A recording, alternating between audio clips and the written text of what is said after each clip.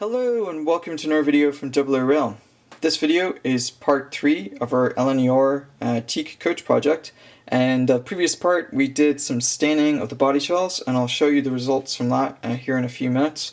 It's a little weird with the lighting in here, so I'm going to pick them up and get them a little closer to the camera so you can get a better look at them. They are still a tiny bit sticky, so I'm going to be very careful handling them so I don't get fingerprints on them. So I wanted to fix a mistake that I had in the previous video.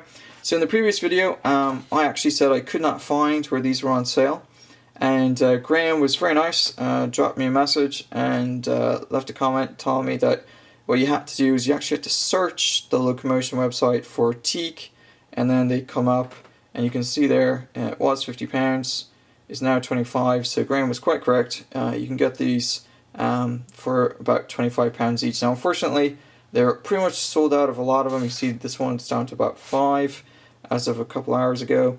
They're completely sold out of the break and so on.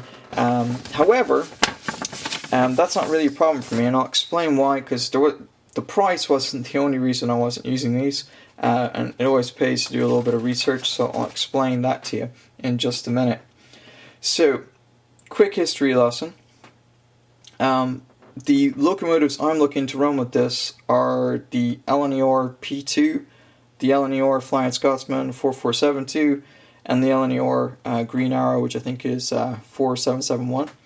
So those are all original grouping numbers from the LNER, so they would have been how the locomotives were seen between 1923 and 1941. Between 1941 and I think about 1946, they were all painted in wartime black. They didn't have the LNER livery, they had this NE livery. It was shortened, and it was all unlined black. In terms of the coaches, I believe the coaches were pretty much left the same way, except from about 1939 onwards, the roofs were painted a kind of a grey colour, so the German bombers couldn't find them at night and so on, or made it more difficult for them to see them. So all those white roofs were painted kind of grey for that reason. Now there's a second grouping of numbers. So after World War II, the locomotives were painted green, except for a couple of the A4s. I think they were painted back in their original garter blue, and so they use second grouping numbers though. So if you have an original first grouping locomotive like the P2, which was I think withdrawn in 1944, or the Flying Scotsman, which is 4472, from 1946 on, while they would have been painted green, they would have had a different running number, so they wouldn't have quite fit in with what we're trying to do. So for the reason I picked these older Teak coaches from Hornby was that they had the appropriate running number, they were the appropriate configuration, and they could be modified enough to make them look good.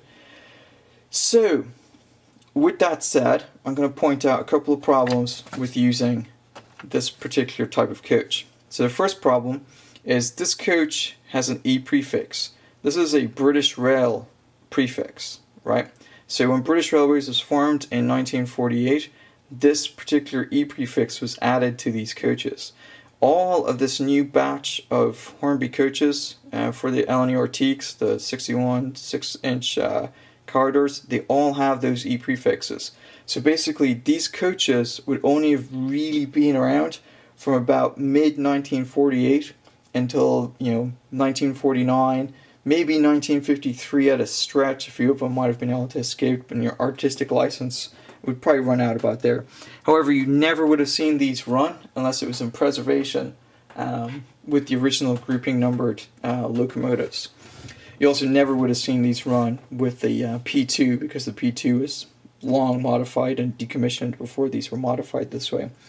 There's a couple of other mistakes that Hornby made. You can see here they have the class number on the windows. Now this actually was done, I think, in early to mid 1948. However, it never replaced the numbers on the doors. You can see there the numbers on the doors are missing. So that's one mistake. And then here the roofs. The roof here is painted grey. This was done, like I said, during wartime, but when these were actually numbered back with the E prefix, they had gone back to painting them white. Now Hornby may have painted them grey just for aesthetic reasons, However, it would have probably been better off to leave them white and let people weather them. And that, unfortunately, is not the key reason I didn't use these. So the key reason I didn't use these is if you look really carefully at the teak finishing here, you can see it kind of looks like somebody's kitchen table or sideboard. It's all looking like one big piece of wood stains. You can see the grain there, right? So at 4mm scale, this is severely overgrained. It'd be like if you cut down a giant redwood tree or something like that to get this kind of grain, and you probably still wouldn't get that kind of grain on it.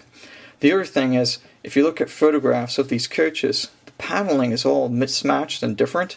You'd never see this look like one continuous piece of wood.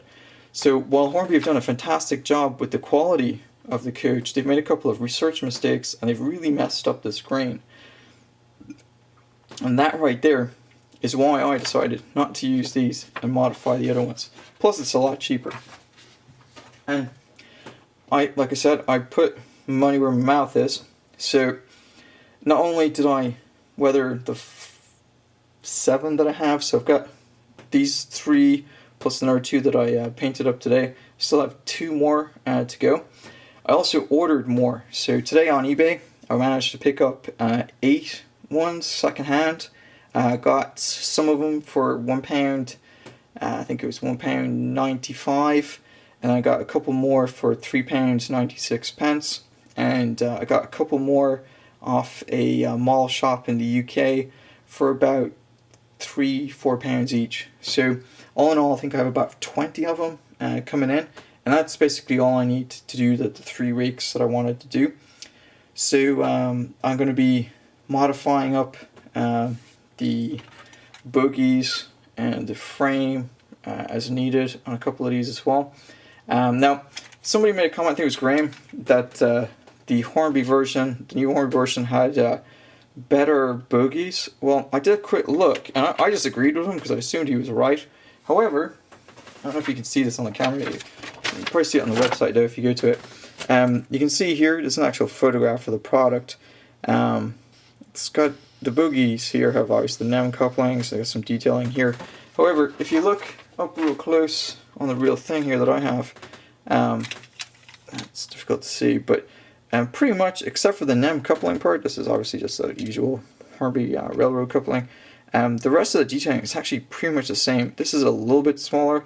I think there's one little fiddly bit of brake rod coming off on the back here on the one on the Hornby website.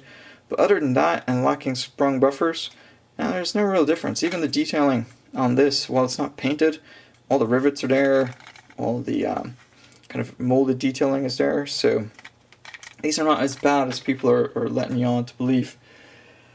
Alright, so I've rattled on long enough. Let's show you the end result. So I'm going to be careful not to touch these, and hopefully I don't knock the camera. I apologize now if I do. Alright, so here's the first one. Let's see if we can get it. There you go. You can see there, it looks really, really nice. I've got various different shades like you'd expect to see. I use different paint techniques. You can see there, it really does look like it's wooden now as opposed to cheap plastic. And I'm going to just flick it over. I'll do it upside down. I'll do a better job of this later on. You can see there when it's in the direct light, it looks a little bit lighter. That's possibly because of the camera and the fluorescent light. It doesn't actually look that bright in real life. So you see there, it looks pretty nice. This is the second one. This one's a little further along in the drying process. You can see it's a little bit darker. As it dries, it does get darker, so this one looks a lot nicer. You can see there I got some nice technique with the different shades. You can see it looks slightly different, but not different enough so that it looks out of place. So if you look at some of the photographs, actually looks pretty nice. Even the end points there, which I wasn't expecting to turn out very well, it turned out very well indeed. So you can see there, it looks really, really nice. And I did hit the camera. And last but not least, this is a slightly older one. So the grain on this one was a little bit darker to begin with, and that actually produced a pretty nice result.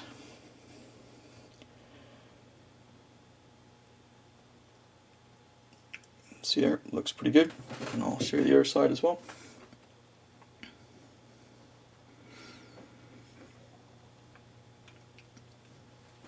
And we'll do a lot better close-up shots of these later on. So I have two more of those corridor coaches sitting there drying. Now the stain that I've been using, it's not really designed for plastic, so it takes a lot longer to dry than I was expecting, but it does dry eventually. But it's looking like it's going to probably take between 48 and 72 hours to dry. And it's also kind of humid down here, so that might be playing a factor into it as well. But just to give you an idea, you can see there's quite a bit of difference. Let's see if I can pick this one up and get it somewhat close in the same lighting. You can see there's a pretty dramatic difference there between the two. Looks very, very nice. So that's definitely worth the effort. And this was easy to do, right? Just literally stain some water, experiment with it, try it on the ends here before you go any further, and then basically test it out on the end pieces.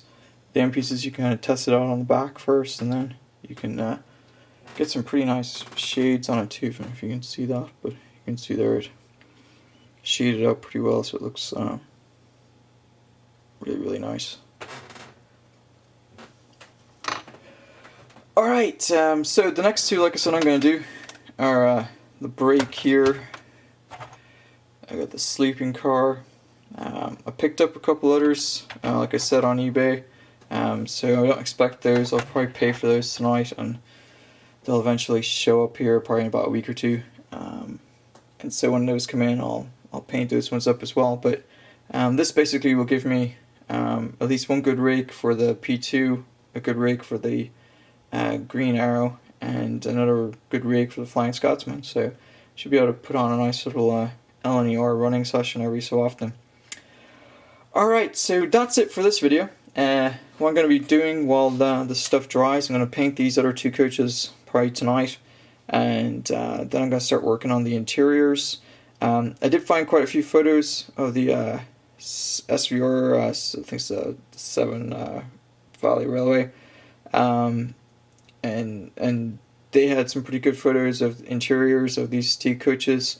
I'm not quite sure if they've been restored for tourists or if they've been restored for accuracy, so shot them out an email just to see if they might be able to give me a little bit more info on that, and I sent a few other emails as well. I kind of want to try to get the interior looking semi-realistic as well. It's not going to be zoomed in ultra close, but I want to try to get at least the color scheme right, and maybe the lighting right as well inside the coaches.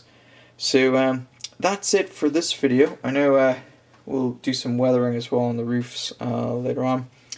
Alright, so I hope you enjoyed the video. Of course, leave any comments and other suggestions below.